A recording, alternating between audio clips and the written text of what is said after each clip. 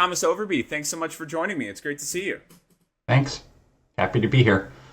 We're talking about grid modernization, grid hardening, and resiliency in Texas, obviously in the wake of Hurricane Beryl. And these conversations are taking a completely different shape than maybe they have historically. And even thinking back to some of the major storms you all have dealt with, even most recently Winter Storm Uri, this is a different case. We're not talking about generation and energy supply so much as now the T&D impacts. So I'm really looking forward to digging into that, and especially underground power lines, because we'll get to more of that in just a second. But I think the knee-jerk reaction from many in the public or laymen is just bury the power lines. And I think it's more nuanced than that. So quick introduction of you. You're a professor and the director of the Smart Grid Center at Texas A&M. And before we dive in there, can you walk me through your research focus and maybe even some of the critical areas that you're watching as it pertains to resiliency and grid hardening through your work?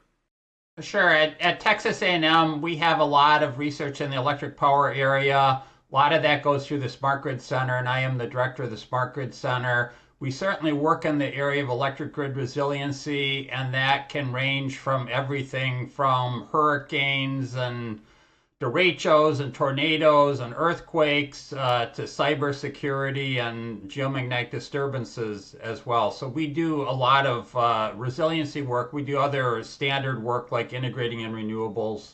And so this audience will be one that you like because they do read the IEEE papers. They are engineers. They understand this stuff. So Right. feel free to get as wonky as you possibly can. Sure. I mentioned that initial thought of bury the power lines, and even people who do understand power systems, I think, go there in reaction to some of these events very quickly without maybe considering all of the different elements that go into making those decisions and investments.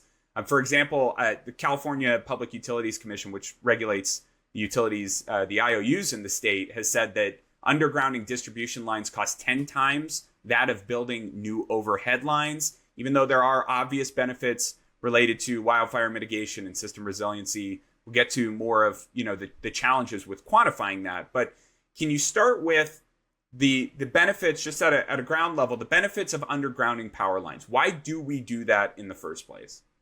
Right. And your audience knows the difference between transmission and distribution.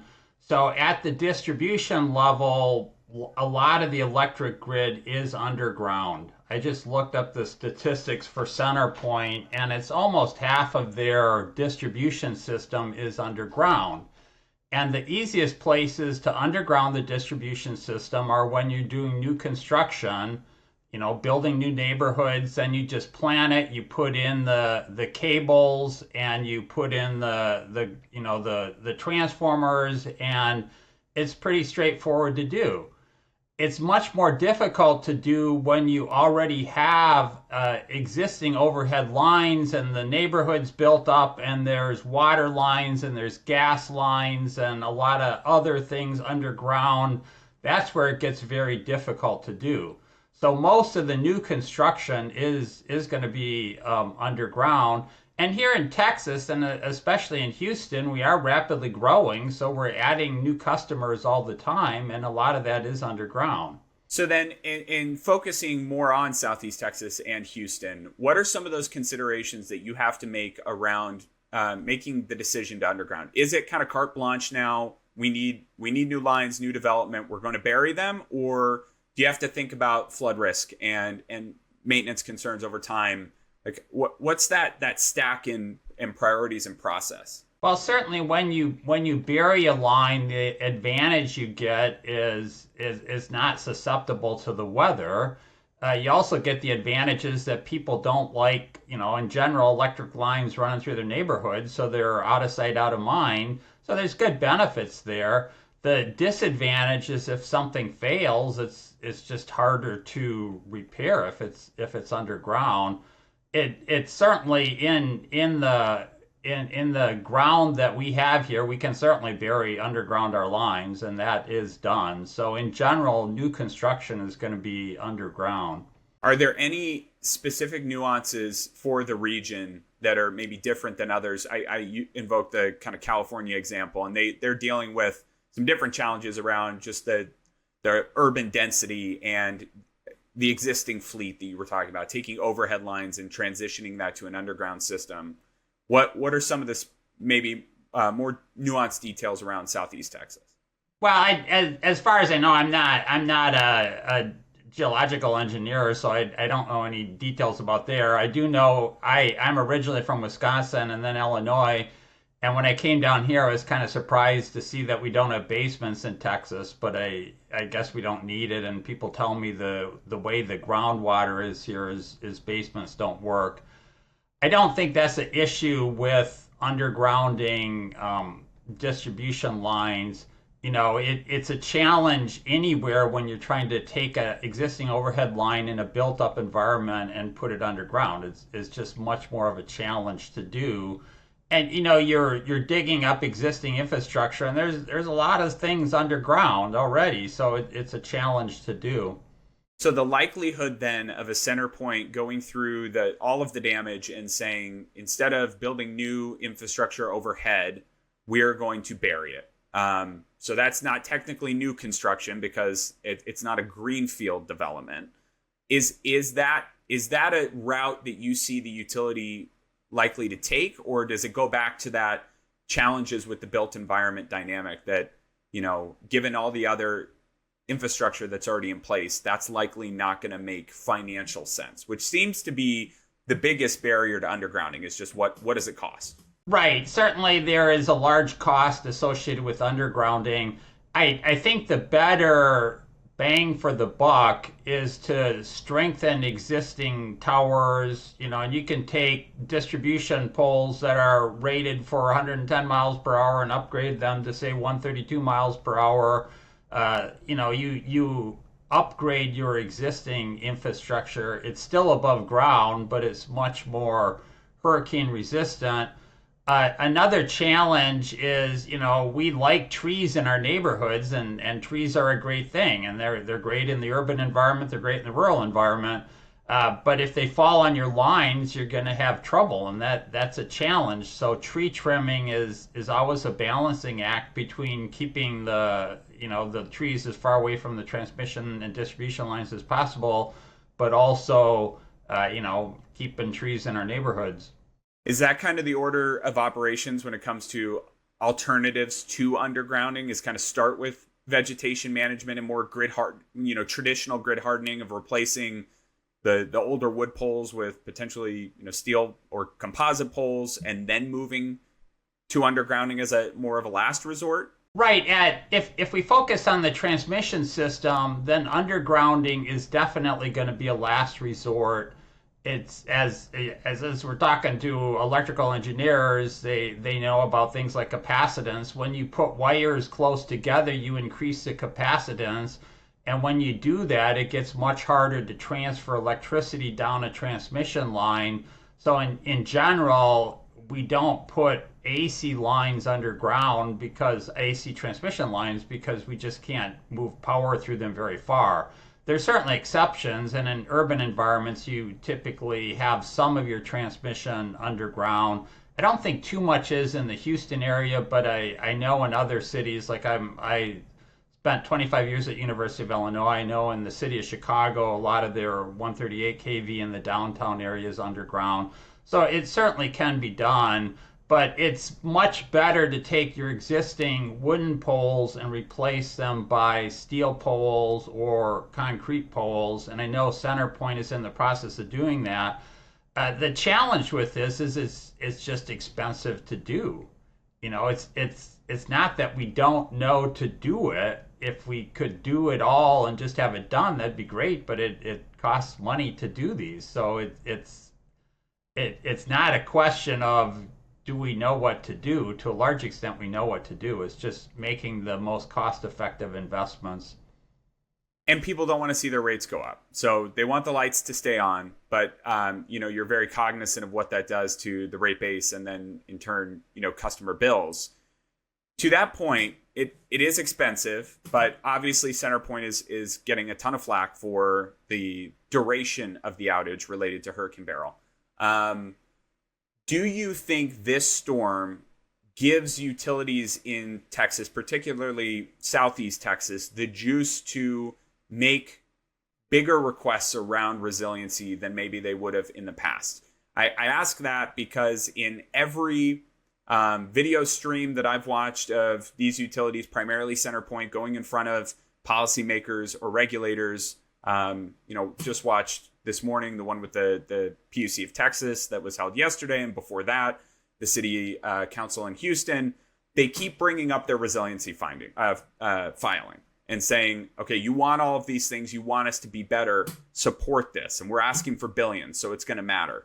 Do you think that helps that effort, given that now Texas has experienced the impact of a wobbly T&D infrastructure just in the context of these strengthening storms?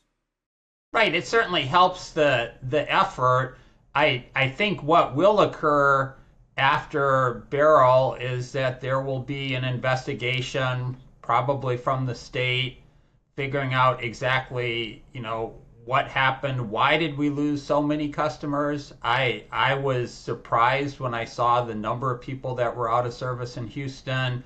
Certainly in a hurricane, we expect to lose, customers. I mean, to have outages, that's not unexpected, but so many is the issue here. So I think there'll be an investigation.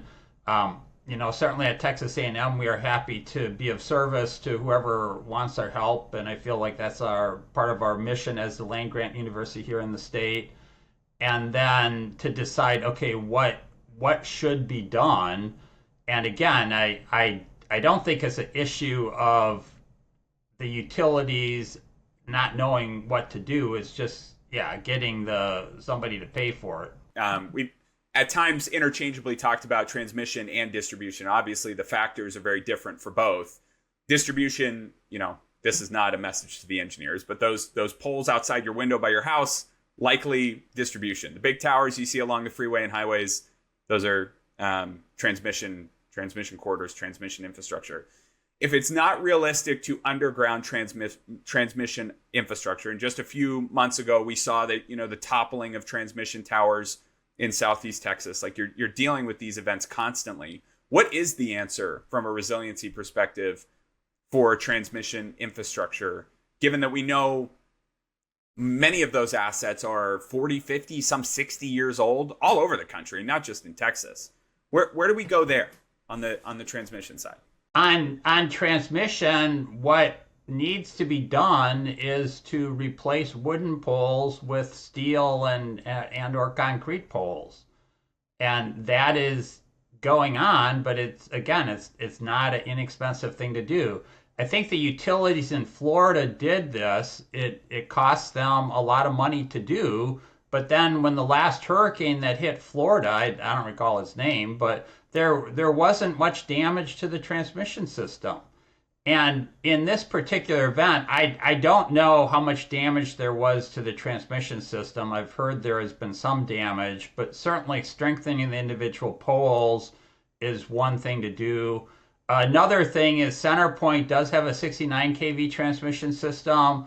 They are in the process of replacing that by 138. So when you replace it with 138, you get higher capacity, and you then build it with the more wind resistant design. So that is something that can be done. You can put devices on transmission lines. I think they're called airflow spoilers that prevent some of the galloping on the transmission lines. If they put those on, that can be helpful. I know you can also reconductor lines, to strengthen them. That's something that can be done. Not so much in the CenterPoint area, but in other places in the country where you have icing concerns, you can set your transmission lines to be more ice resistant as well. Well, and to your statement about the extent of transmission damage, I know Entergy Texas, their CEO, told the PUC of Texas yesterday that 2 of their 3 territory transmission ties were completely wiped out. So they were left with 1. And that caused the scale of their outages. And strictly speculating, because I haven't heard CenterPoint speak directly to the transmission impacts. A lot of their messaging is geared toward customers, so I don't think they're getting that in the weeds. But you have to assume that with a a 2 million customer outage out of 2.6 million total customers, you're talking about the scale of a transmission level outages as opposed to piecemeal distribution damage. Is that a fair assumption, you think? I was thinking that I thought there has to be some transmission It's just component too to many this, people. given how many people have been affected. I don't know the exact strength of the winds there. I know they did have some trees down. Actually, here in College Station, we had some trees come down, even though we got much less wind than they got. So I'm sure there's some trees down that affected the distribution lines, many, surely. But I suspect there was transmission impact. But yeah, that would be something that an investigation would shed light on. I think one of the tricky things with resilience is it's more difficult to prove benefits than reliability oftentimes. So you go with a reliability request, especially with the Winter Storm Uri stuff. We need more power. We're going to build more power plants. We need it to be firm and dispatchable. Okay, that means gas, nukes, coal, whatever. With resilience, you're saying, I'm going to invest all this money and something's not going to happen. Proving the not going to happen is really tough. And regulators keep a watchful eye on gold plating. We hear that in every single region. Do you really need that? What's the benefit to customers? Prove it.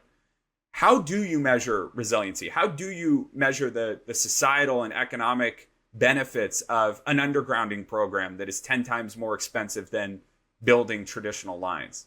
Well, I work a lot in resiliency, and when we talk about measuring resiliency, we do have to say resilient to what.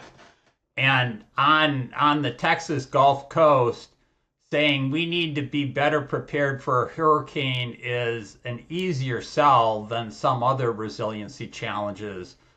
For example, cybersecurity, or we work in the area of geomagnetic disturbances, which are once in a generation or less. They're a harder sell. I think selling people to say we need to strengthen the grid for hurricanes, Beryl indicated we need to do more, definitely. Thomas Overby, Texas A&M University. Thanks so much for joining me today. Yeah, thanks, John.